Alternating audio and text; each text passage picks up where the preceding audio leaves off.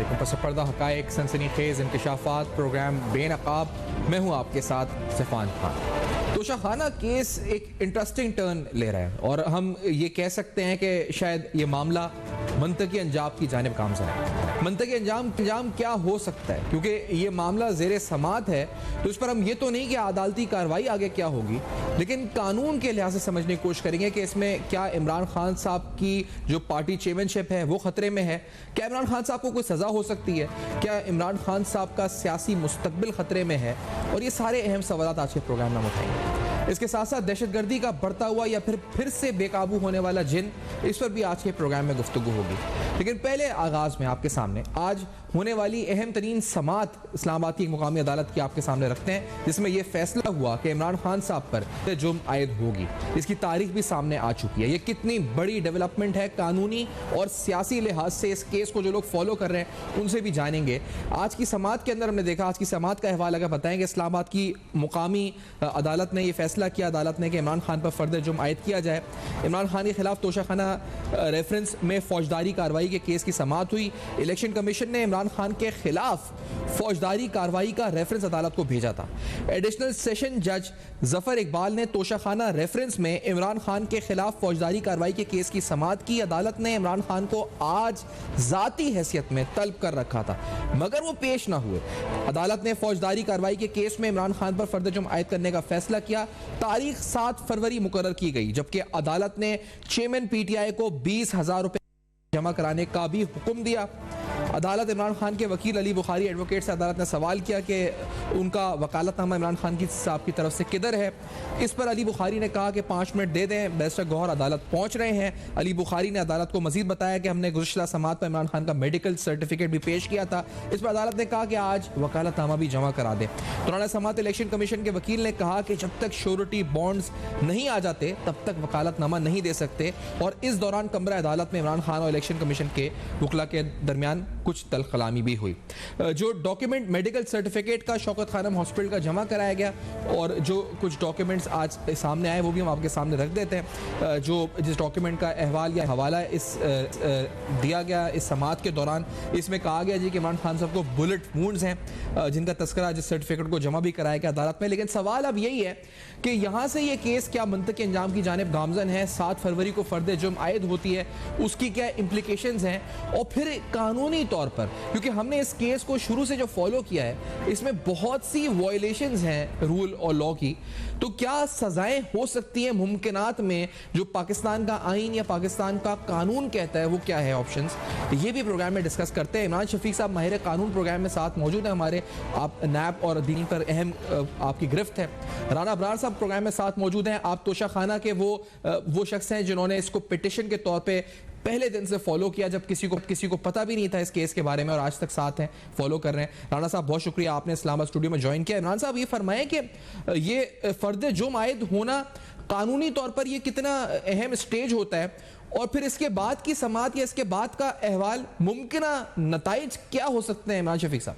देखिए, अदालत जब किसी केस में इस्तगासे में फर्द जुर्म आयद करने के लिए किसी को तलब करती है जी, तो उसमें बुनियादी तौर पर यह तसव्वुर किया जाता है कि बहरहाल अदालत के सामने जो मवाद पेश किया गया है, अदालत ने उसका सरसरी जायजा लिया है, और उस सरसरी जायजा लेने के बाद बादी नजर में अदालत ने उसमें कुछ हद तक चीजों को देखने के बाद यह राय बनाई है कि मुल्जिम को तलब किया जा सकता है, और उस मवाद की रोशनी में मुल्जिम पर फर्द जुर्म आयद की जा सकती है।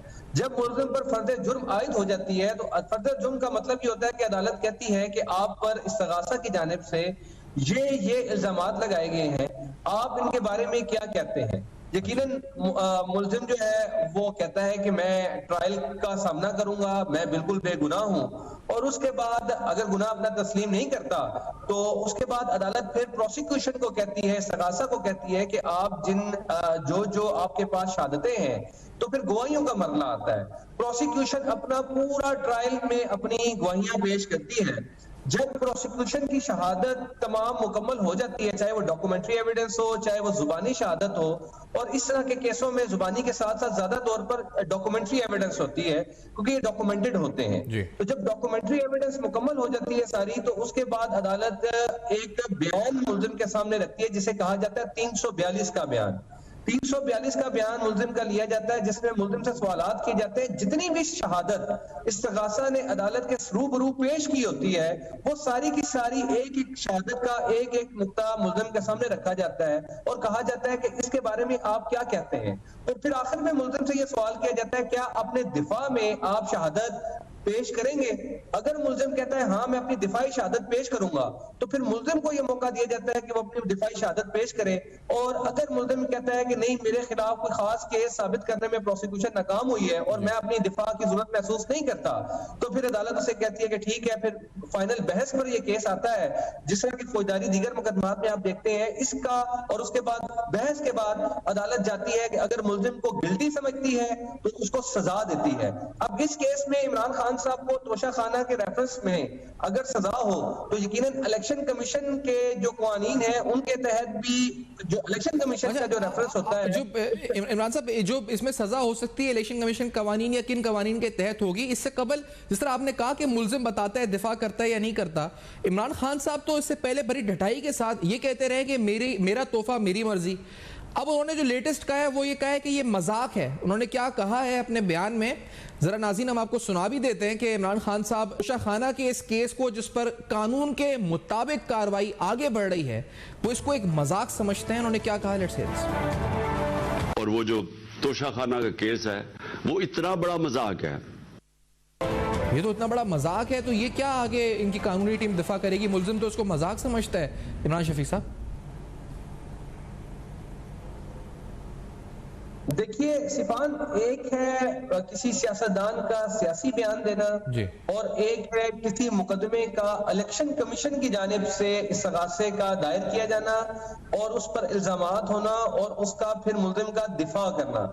ये एक सीरियस मसला है। सियासी बयानात मुल्जिम जो भी देते रहे, वो ये चाहे ये मजाक है या कहें ये सियासी मुकदमा है या ये कहें इंतकामी कार्रवाई है, अवामी तौर पर जो भी आप मौक़िफ़ इख्तियार करना चाहें करें, लेकिन अदालती तौर पर बहरहाल आपको ये साबित करना पड़ेगा कि तोशा खाना केस में जो आप पर इल्जामात लगाए गए हैं, उन इल्जामात के और जिन जुराइम का आप पर इल्जाम लगाया गया है, वो जुर्म आपने नहीं किए, वो जुर्म आपसे सरजद नहीं हुए, वो झूठा इल्जाम है। इस्तगासा अपनी शहादतें साबित करने में अदालत के सामने नाकाम रहा और फिर सबसे बढ़कर ये कि आपको बेनिफिट ऑफ डाउट दिया जाए। यानी आखिर में जो फौजदारी मुकदमात हुआ करते हैं उनमें एक चीज का ये भी फैसला होता है कि प्रोसिक्यूशन की जिम्मेदारी होती है कि तमाम केस को, तमाम शबुक व शुबहात से बालातर होकर इसको साबित करे, एक भी डाउट ना इस केस में रह जाए। तो बहरहाल कानूनी जंग को कानूनी अंदाज में लड़ा जाता है और इमरान खान साहब को इस कानूनी जंग को कानूनी अंदाज में लड़ना पड़ेगा।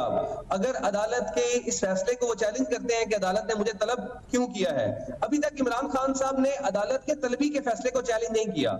यानी अगर अदालत ने उन्हें समन किया था तो इमरान खान साहब के पास ये रास्ता था कि आज वो अपने वकला के जरिए इस केस में पेश हो गए हैं, वकला ने वकालतनामा भी जमा करवा दिया है।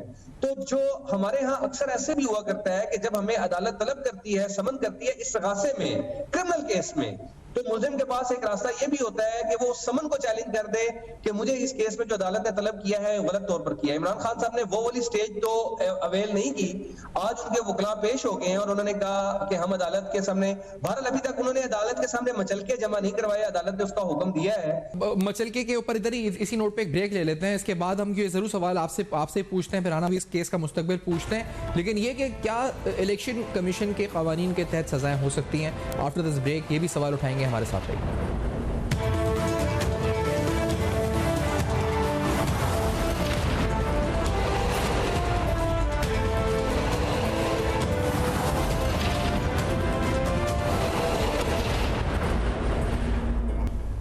Welcome back. आप देख रहे हैं बेनकाब और आज बेनकाब में आपके सामने तफसीलन अहम तरीन सवाल उठा रहे हैं तोशा खाना केस के हवाले से। ये अहम डेवलपमेंट है कि तोशा खाना केस में 7 फरवरी को फर्द जुर्म इमरान खान साहब पर आयद होने जा रही है। ये बहुत बड़ी डेवलपमेंट है। इसके कानूनी पहलू क्या हैं और क्या मुस्तकबिल में हो सकता है, इस पर भी बात हो रही है। लेकिन आज असम्बली के सेशन में दहशतगर्दी पर भी गुफ्तगू हुई और इमरान खान साहब जहाँ तोशा खाना का हिसाब किताब देना है, वहाँ और भी बहुत से अहम सवालात आप पर उठना शुरू हो गए। यानी मिसाल के तौर पर आपने कितने दहशतगर्दों को रिहा किया, किस तरह दहशतगर्दों को आम माफ़ी दी गई, आपकी हुकूमत के दौरान कन्फ्यूज्ड पॉलिसी जिसको आपने इख्तियार किया, जिसकी वजह से आज वो दहशतगर्द दोबारा पनप रहे हैं और वो पाकिस्तान पर हमलावर हो रहे हैं। दोबारा से तहरीक तालिबान, कलदम तहरीक तालिबान को आपने दोबारा दूसरा जन्म दिया, तालिबान को अफगानिस्तान में वेलकम किया, ये सारे सवालात उठना शुरू हो गए। नजर अब्बारी साहब ने भी कुछ अहम सवालात उठाए, आपको जरा सुनाते हैं उन्होंने क्या सवालात उठाए थे आज सेशन में। Let's hear this. मैं ये समझता हूं जनाब चेयरमैन कि इसके पीछे अगर देखा जाए तो सबसे बुनियादी बात यह है कि हुकूमत ने जो policy rehabilitation of the TTP की शुरू की, ये इसकी बुनियाद है। अफसोस की बात यह है कि उस वक्त ना पार्लियामान को कॉन्फिडेंस में लिया गया, ना पाकिस्तान के अवाम को कॉन्फिडेंस में लिया गया। ये मुतालबा करता कि एक पार्लियामेंट्री इंक्वायरी होनी चाहिए on the decision that was taken by the government कि टीटीपी को जो है वो यहां पे रिहेबिलिटेट किया जाए without taking the people of Pakistan into confidence. नाज़रीन, ये संगीन सवालात उठना शुरू हो गए। इमरान खान साहब, आपकी हुकूमत में पाकिस्तान ने कितना नुकसान भुगता, IMF प्रोग्राम की वजह से महंगाई का नुकसान और साथ साथ आप बढ़ती हुई दहशतगर्दी का नुकसान जो आपकी पॉलिसीज की वजह से आज हम भुगत रहे हैं। और दूसरा हिसाब किताब आपका शुरू हो चुका है, वो हिसाब किताब है तोशाखाना केस का।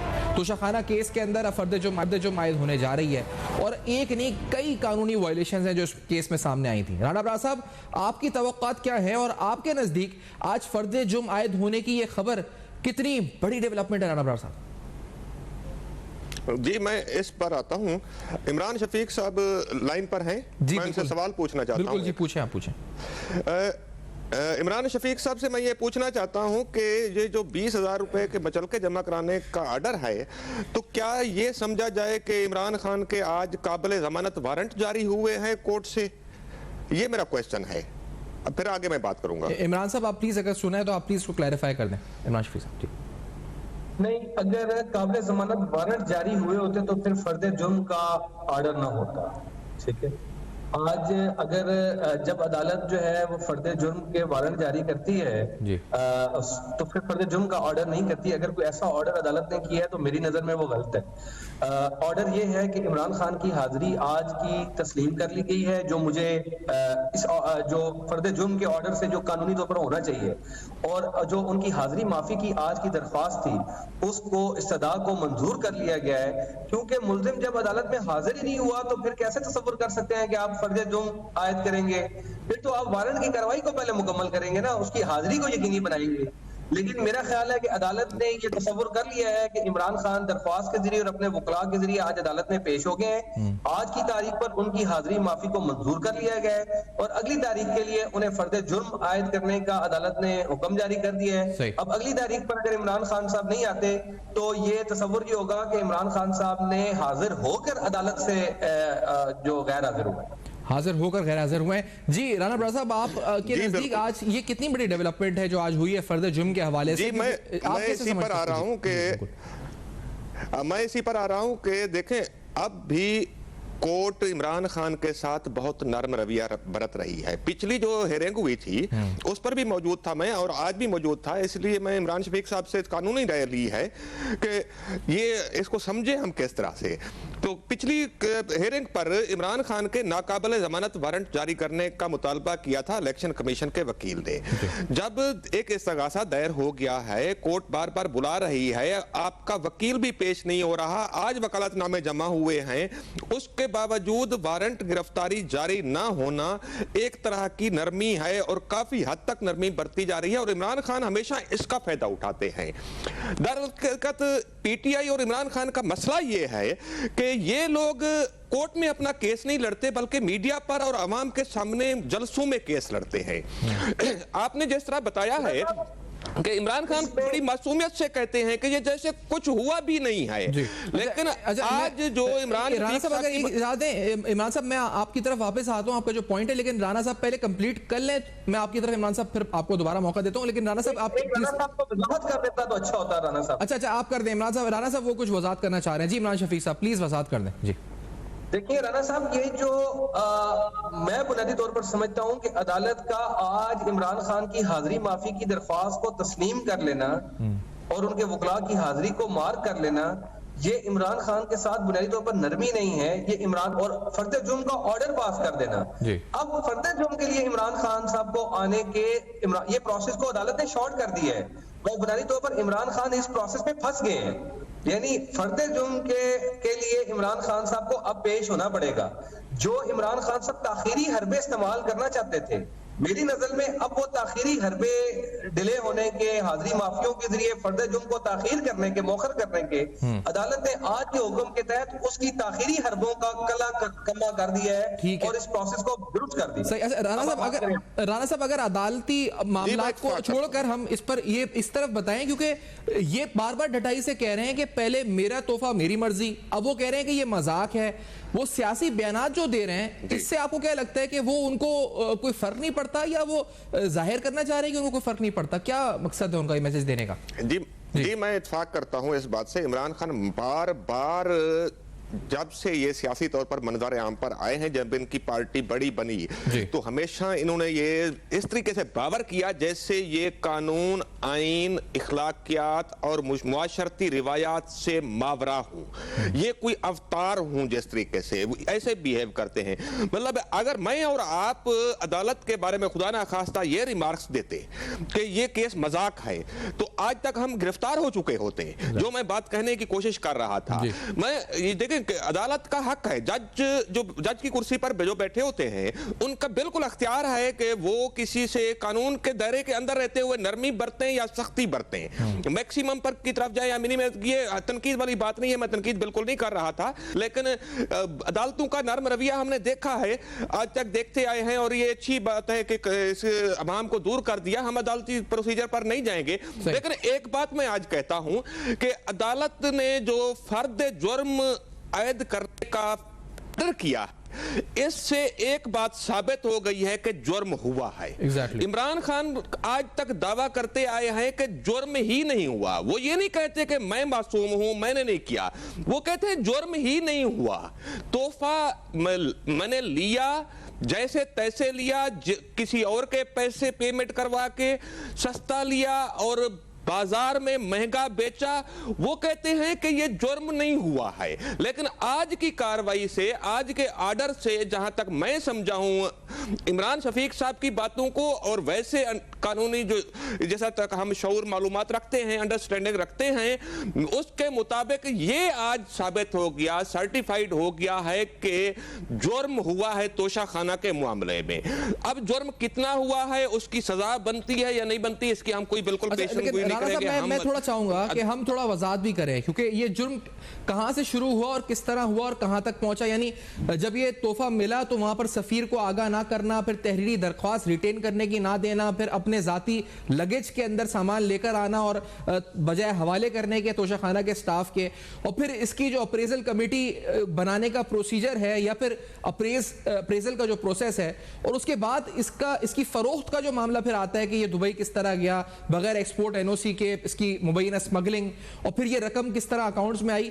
तो कितने खिलाफे ज़ाब्ता और खिलाफे कानून चीजें हुई हैं इस पूरे एपिसोड के अंदर आपके नजदीक, राणा बराड़ साहब? जी मैंने इसके ऊपर आर्टिकल लिखा था, मैंने बिल्कुल बताया था, तमाम पूरी रिसर्च करने के बाद मैंने ये बताया था कि इस मामले में टोटल 12 कानून और रूल्स रेगुलेशन की वायलेशन हुई है। अच्छा, पहले स्टेप से वायलेशन शुरू हुई और आखिरी स्टेप तक वायलेशन होती रही, हर जगह पर वायलेशन की गई। मतलब जब इन्होंने गिफ्ट रिसीव किया सऊदी अरब में, यूएई में या किसी भी दोस्त मुल्क में, जब ये दौरे पर गए बतौर वजीर आजम, तो वहां पर मौजूद पाकिस्तानी सफीर की ये ऑब्लिगेशन है कि वो तोशा खाना के इंचार्ज को एक रिपोर्ट भेजे कि फला फला तहाइफ प्राइम मिनिस्टर को मिले हैं, फला तहाइफ वफद में शामिल मिनिस्टरों को और दीगर लोगों को मिले हैं, वफद के दीगर अरकान को मिले हैं। लेकिन किसी एक दौरे में भी वजीर आजम इमरान खान के किसी एक दौरे की भी सफीर ने रिपोर्टिंग नहीं की है। क्या हमारे सफीर नाअहल हैं? बिल्कुल नहीं है, बल्कि उनको जबरदस्ती रोक दिया गया, धमकी देकर के आपने अगर रिपोर्टिंग किया तोहफों को तो हम आपको ओएसडी बना देंगे, ट्रांसफर कर देंगे। और उसके बाद जब तोहफे पाकिस्तान में आए तो रूल ये है कि ये तोहफे तोशाखाना में जमा होंगे, डिपॉजिट होंगे, लेकिन ये इमरान खान के घर बनी गला डायरेक्ट ले जाएगा एयरपोर्ट से। ये रूल, दूसरा रूल की खिलाफ वर्जी हुई, तोड़ा गया। फिर ये है कि एक बाकायदा एप्लीकेशन विद अंडरटेकिंग दी जाती है कि मैं ये तोहफे बाहैसियत रेसिपिएंट रिटेन करना चाहता हूं, लेकिन ऐसी रिटर्न एप्लीकेशन नहीं है, बल्कि वर्बल ऑर्डर के ऊपर ये रिटेनिंग की कार्रवाई पूरी की गई है। फिर अप्रेजर नहीं बुलाए गए, अगर बुलाए गए हैं तो उन्होंने एग्जामिनेशन नहीं किया। बाज़ तहफ़ में अप्रेजर बुलाए गए, बाज़ तहफ़ में अप्रेजर बुलाए ही नहीं गए, बल्कि जाली अप्रेजल व्हाइट पेपर के ऊपर बनाकर तोशाखाना के स्टाफ ने फाइल में शामिल किया। फिर जब वो जाली अप्रेजल हो गई तो उसके बाद तोशाखाना की एक प्राइस एवेल्युएशन कमेटी बनाई जाती है, जो कि एफबीआर के अप्रेजर और मार्केट से बुलाए गए अप्रेजर की जो कीमत का तयन है उसका जायजा लेकर फाइनल प्राइस का तयन करती है। तोशाखाना की कमेटी नहीं बनाई गई, उसके बगैर ही प्राइस की अप्रूवल दे दी गई। और फिर यह हुआ जो संगीन खिलाफ वर्जी हुई कि जो भी कीमत मुकर्रर की गई, मेरी मालूमात के मुताबिक, बल्कि अब दुनिया के सामने सब कुछ सामने आ चुका है कि जो 1 करोड़ रुपए का अगर तोहफा था मार्केट प्राइस के मुताबिक, तो उसकी 15 से 20 लाख रुपए कीमत मुकर्रर की गई और वो कीमत इमरान खान ने नहीं पे की है। तोशाखाना रूल्स कहते हैं रेसिपिएंट पेमेंट करेगा, तो ये नहीं है कि मैं तोहफा पहले बेच दूं आपको और आप जमा कराते रहें वो पेमेंट भी। ये इमरान खान के अकाउंट से जमा नहीं हुई, पे ऑर्डर इमरान खान के नाम के नहीं हैं, बल्कि दूसरे लोगों के हैं जिनको तोहफे हासिल करने से पहले बेच दिए गए थे। उसके बाद ये हुआ कि वो तहफ़ बैरून मुल्क भेजे गए। आप जब कोई भी चीज जो कि 10,000 रुपए मालियत से ऊपर की है बेचने के लिए बाहर भेजते हैं तो कॉमर्स मिनिस्ट्री से एक्सपोर्ट का एनओसी लेते हैं। कोई एनओसी नहीं लिया गया, बल्कि एक प्रॉपर्टी टाइकून है जो कि पाकिस्तान के बहुत बड़े बंदे हैं, उनके एक इशारे पर बड़े बड़े फैसले हो जाते हैं जी। उनके जाती हवाई जहाज के ऊपर प्राइवेट प्लेन पर यह तहफ़ मोहतरमा फराह गोगी लेकर दुबई गई है और वहां पर जाकर फिरोख्त किए, दिरहम्स में फिरोख्त हुए हैं। वहां फिरोख्त करने के बाद वो रकम बैंकिंग चैनल से वापस नहीं लाई गई, बल्कि उसी प्राइवेट जहाज के ऊपर वापस लाई गई। ये सारे जो वायलेशंस हुई हैं, इसमें एंटी स्मगलिंग का लॉ भी इन्वॉल्व होता है, इसमें एंटी मनी लॉन्ड्रिंग का लॉ भी इन्वॉल्व होता है, और इन सब के ऊपर नैब एक्ट का सेक्शन 4 है जो कहता है कि आप अपनी सरकारी हैसियत को, अथॉरिटी को यूज करते हुए मुनाफा बख्श बनाए, मुनाफा हासिल करें जी। तो ये क्राइम है, ये जुर्म है, इसको करप्शन कहा जाता है, इसको मिसकंडक्ट कहा जाता है। नैब की इंक्वायरी कंप्लीट हो चुकी है, वो नैब बोर्ड के पास गालबन चली जाएगी। जो आपने पूरी तफसील बयान की है कि कितनी वायलेशंस हुई हैं, मैं इस पर इमरान साहब का भी की राय शामिल करूंगा कि कौन कौन से कानून या कवानीन इस पर लग सकते हैं। एक ब्रेक ले लेते हैं, इसके बाद इमरान शफीक साहब की राय कानूनी लिहाज से क्या कौन से कवानीन लगेंगे, और फिर सब में अहम सवाल जिसकी सियासी मुस्तकबिल पर खतरात इमरान खान साहब के लिए हो सकते हैं, क्या वो नाअहल हो सकते हैं, क्या उनको सजा हो सकती है और कितनी सजा हो सकती है। इस ब्रेक के बाद हमारे साथ रहिए।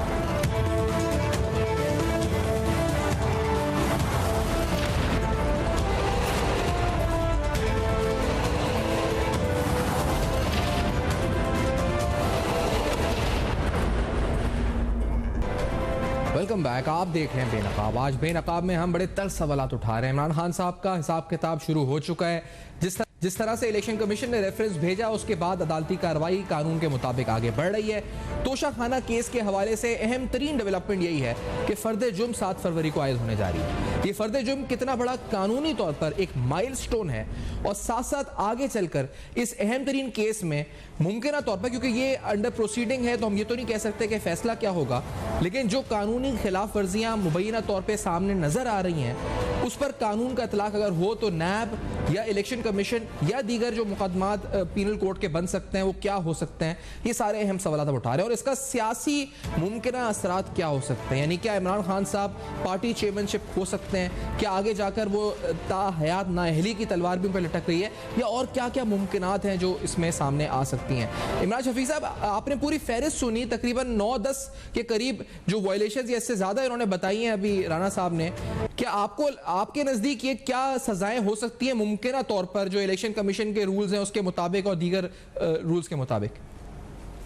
देखिए शिफान साहब, जो इस वक्त अदालत के सामने मुकदमा है, जो राना साहब ने बताया वो ये मुकदमा अदालत के सामने नहीं है। यानी इमरान खान साहब ने इसमें जितनी भी करप्शन अगर इस मामले में की है, जो राना साहब ने इस वक्त हाईलाइट की है, जिसके उन्होंने कहा ये वायलेशंस हुई हैं, ये सारी की सारी चीजें या तो नैब के कानून के तहत आती हैं या FIA के कानून के तहत आती हैं। तो उसके लिए तो अलग से मुकदमात दायर होंगे और करप्शन का पैसा उसको रिकवर करना, वो उसके लिए ट्रायल करना, सेक्शन 9A नैब का जो 9A4 और 9A6 है इख्तियारात के नाजायज इस्तेमाल का या करप्शन का, वो एक अलग से केस है। इस वक्त अदालत के सामने जो केस है वो है इलेक्शन एक्ट के तहत मिस डिक्लेरेशन का।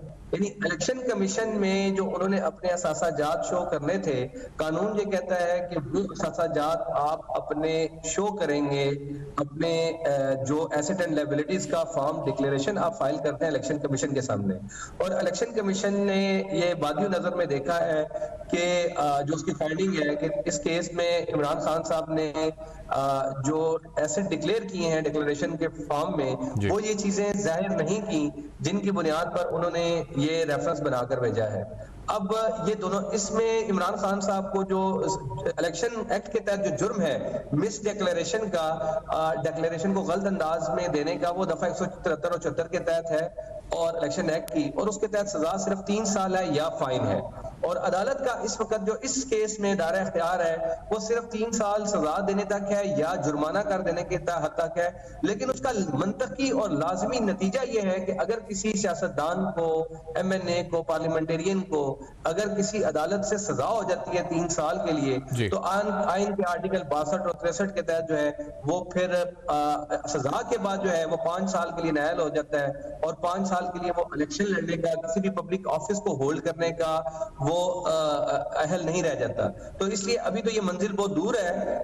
अभी तो इब्तदाई तौर पर बहरहाल इलेक्शन कमीशन का दायरा इख्तियार सिर्फ और सिर्फ मिस डिक्लेरेशन की हद तक है और इस वक्त इस्तगासे में भी सिर्फ मिस डिक्लेरेशन को देखना है कि इमरान खान ने मिस डिक्लेरेशन की है या नहीं की है। और ये जो करप्शन जितनी भी राना साहब ने हाईलाइट की है, इमरान साहब, ये जो सारे ऑफेंसेस हैं, ये अकॉर्डिंग टू, तो क्योंकि आप नैब के प्रोसिक्यूटर भी रहे, ये सारे जो ऑफेंसेस हैं, तो इन ऑफेंसेस के ऊपर फिर ये मामला नैब के फोरम पर ही आगे बढ़ सकते हैं। इसका मतलब ये इस फोरम पे नहीं बढ़ सकते। और वो तो हमें पता है कि किस तरह नैब काम करता है, आप खुद बेहतर जानते हैं नैब किस तरह काम करता है, मामलात को लेकर चलता है। इमरान साहब, इसमें एक और प्रॉब्लम आ गई है कि नई हुकूमत में जो अमाउंट रखी है ना 50 करोड़ से जायद की केसों पर तो नैब एक्शन लेगा, उससे नीचे नहीं ले सकता। तो उसके अब पहले बेनिफिशियरी जो है वो इमरान खान साहब खुद होंगे। अच्छा, ये खुद मतलब एनआरओ होगा इनके लिए है? ये पहला एनआरओ मुस्तफीद होने वाले खुद ही होंगे, ये जिस एनआरओ का जिक्र करते हैं ये, क्योंकि अब तोशाखाना केसेस में अगर अमाउंट 50 करोड़ से कम है जी, अब मुझे नहीं पता ये 50 करोड़ से ज्यादा या कम है, मैंने उसकी अमाउंट देखी नहीं है, तो नैब तफ्तीश करेगा और नैब की तफ्तीश में जो सामने आएंगे फैक्ट उसके मुताबिक हम दे सकते हैं। अगर तो ये 50 करोड़ से कम हुए तो फिर ये नैब के दायरेदार में नहीं आते, फिर कोई और फोरम इसको देखना चाहे तो देखेगा। लेकिन ये तो अरबों में फिगर है राणा साहब, ये 2-3 अरब रुपए, 3 अरब रुपए तक का मामला है ना राणा बराड़ साहब, ये 50 करोड़ से तो ऊपर ही है राणा बराड़ साहब।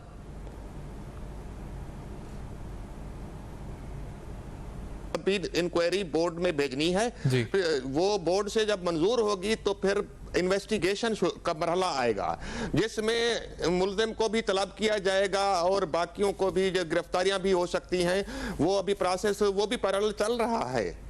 लेकिन वो जो आप प्रोसेस चल रहा है नैब पिंडी में चल रहा है, लेकिन ये आप बता रहे हैं कि वो इंक्वायरी अभी अप्रूव होनी है बोर्ड से, इसका मतलब वो क्या है, अभी इंक्वायरी भी अप्रूव नहीं हुई, इन्वेस्टिगेशन के फेज में भी नहीं आया अभी। वो इमरान साहब बेहतर जानते हैं, प्रोसिक्यूटर रह चुके हैं, वो यूं होता है कि ये 3 स्टेज होता है नैब का। फर्स्ट स्टेज के ऊपर प्रीलिमिनरी इंक्वायरी होती है, फिर उसकी जब इंक्वायरी कंप्लीट हो जाती है तो नैब का बोर्ड मंजूरी देता है और इन्वेस्टिगेशन शुरू हो जाती है। इन्वेस्टिगेशन के बाद रेफरेंस बनता है और नैब कोर्ट में भिजवा दिया जाता है। उस दौरान गिरफ्तारियां भी होती हैं। ये 3 स्टेजेस में होती है और वो थ्रू प्रॉपर चैनल चल रही है। इंक्वायरी ऑलमोस्ट कंप्लीट हो चुकी है। नहीं है। लेकिन इमरान साहब ये बताइए, क्योंकि ये कह रहे हैं कि इंक्वायरी जो है वो बोर्ड में जाएगी और अप्रूव होगी, लेकिन ये तो आप राना अबरार साहब बहुत बेहतर समझते हैं कि नैब किस तरह केसेस को लेके आगे तक प्रोलॉन्ग करता है और फिर सियासत भी उसमें आ जाती है, जो हमने देखा है साबका हुकूमत में भी और क्या क्या हुआ है। तो आपकी तो एक्सपेक्टेशन है कि ये जो सारी ऑफेंसेस हुई हैं इस पर नैब विल गो अहेड और अच्छी तरह मंतकी अंजाम तक पहुंचेंगे ये केसेस भी, क्या इमरान साहब? देखिए, इन केसेस में एक बड़ी अहम बात यह है जी। वो ये है कि इसमें बहरहाल इलेक्शन कमीशन में भी तो एसेट डिक्लेरेशन के फॉर्म दायर किए गए हैं और तोशा खाना का जो अपना रिकॉर्ड है वो बिल्कुल वाज़ेह है। नैब ने क्या इंक्वायरी करनी है इस केस में? ये कोई बहुत बड़ी कोई रॉकेट साइंस नहीं है जिसको नैब ने हल करना है। ये तोशा खाना का एक पूरा रिकॉर्ड है, वो उसमें जो सामने आना है, इलेक्शन कमीशन में जो असाजात जाहिर किए गए हैं उसका रिकॉर्ड आना है, बैंकिंग ट्रांजैक्शंस जो इस पूरे अरसे में हुई हैं वो उसका पूरा रिकॉर्ड नैब ने उसको एवेल्युएट करना है। इनके जो ट्रैवल के जो बाहर आने और जाने के जो रिकॉर्ड हैं उसको देखना है और उसकी बुनियाद पर इन सारी चीजों का असेस करने के बाद उसने एक फाइंडिंग तफ्तीश में लेकर आनी है कि भाई इतने रुपए की करप्शन हुई है, इतनी मालियत की चीजें पाकिस्तान में आई हैं। ये सब चीजें रिकॉर्डेड चीजें हैं और इन रिकॉर्डेड चीजों को डिनाई नहीं किया जा सकता। और हाँ, एक बड़ी अहम बात है, इवैल्यूएशन किन लोगों ने की, वो इवैल्यूएशन दुरुस्त थी, गलत थी? इवैल्यूएशन नैब खुद क्या करवाता है, वो असल में उन एसेट की क्या कीमत थी, ये यकीनन चीजें जो है ये भी एक तफ्तीश का एक हिस्सा होगी। आपके नजदीक मतलब बहुत ज्यादा मुश्किल और कॉम्प्लिकेटेड केस नहीं है, ओपन एंड शट केस आप कहते हैं, समझते हैं इस तरह का केस है। लेकिन राना अबरार साहब, आपके पास अपडेट्स नैब के हवाले से क्या है? उस वक्त आपकी आवाज डिस्कनेक्ट हुई थी क्योंकि आप खुद भी पेश होते रहे एज ए कंप्लेनेंट, आपने भी कुछ चीजें दी हैं नैब को। किधर है नैब? आप पुरुमीन है नैब इसमें सही तरह आगे बढ़ रहा है? नैब ने मुझसे ब्रीफिंग ली थी जी। मेरी नैब में कंप्लेंट कोई नहीं है इस मामले में। नैब ने मुझसे ब्रीफिंग ली थी, मैंने उनको बिल्कुल ब्रीफिंग दी और गाइड किया उनको। उसमें कुछ चीजें हैं जो मैं इमरान साहब से भी गुजारिश करना चाहता हूं, आपके नाज़रीन को बताना चाहता हूं कि कुछ एम्बिग्विटीज हैं। वो यूं है कि जो कीमती तहफ हैं, मैक्सिमम तहफ तोशा खाना के स्टाफ के सामने नहीं लाए गए, उन्होंने देखे तक नहीं हैं। वो एयरपोर्ट से सीधे बनी गाला लेकर जाए गए, या तो उनकी तस्वीर बनाकर तोशा खाना वालों को भेजी गई कि ये तोहफा है, आप इसकी एंट्री करें, या फिर जबानी बताया गया कि ये तोहफा है जी, ये पेन है फलां कंपनी का। उसकी डिस्क्रिप्शन अवेलेबल नहीं है तोशा खाना के रिकॉर्ड में, स्पेसिफिकेशन अवेलेबल नहीं है। इस वजह से नैब को कुछ मुश्किलात पेश आई हैं।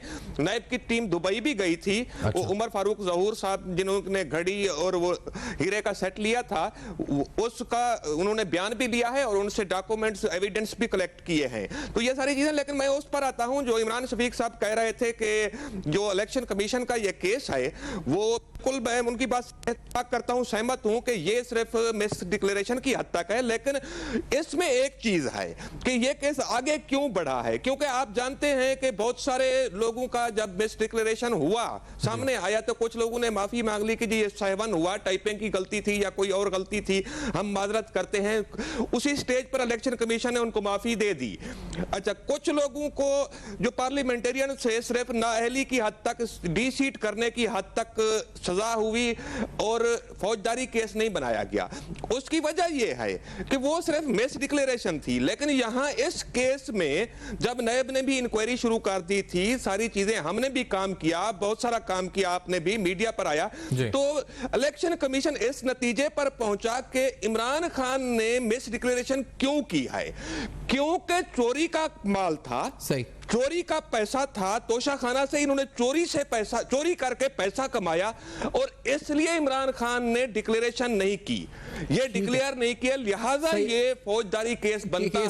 राना साहब, मैं इस हद तक ठीक है इख्तिताम पे पहुंच रहे। राना साहब, मैं बहुत बहुत शुक्रिया अदा करूंगा, आप दिया ज्वाइन किया, इमरान शफीक साहब आपने ज्वाइन किया प्रोग्राम में और अपना मौक़िफ़ और कानूनी राय आपने पेश करी। नाज़रीन, इमरान खान साहब पर फर्द जुमायद होगी और ये कितनी बड़ी डेवलपमेंट है, आज प्रोग्राम में बात की, इसकी लीगल इम्प्लिकेशंस और तोशा खाना केस में उठते हुए चुपते सवालात इमरान खान साहब की सियासत के और सियासी मुस्तकबिल के हवाले से। फीडबैक फेसबुक, ईमेल और ट्विटर पर जरूर लिखिएगा। देखते रहिएगा।